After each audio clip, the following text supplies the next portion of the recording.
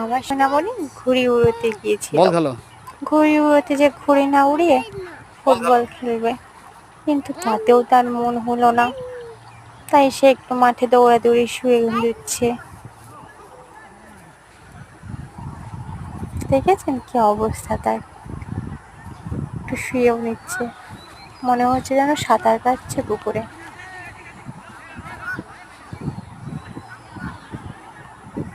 আমার চ্যানেলটাকে একটু লাইক করবেন আর একটু সাবস্ক্রাইব করে দেবেন।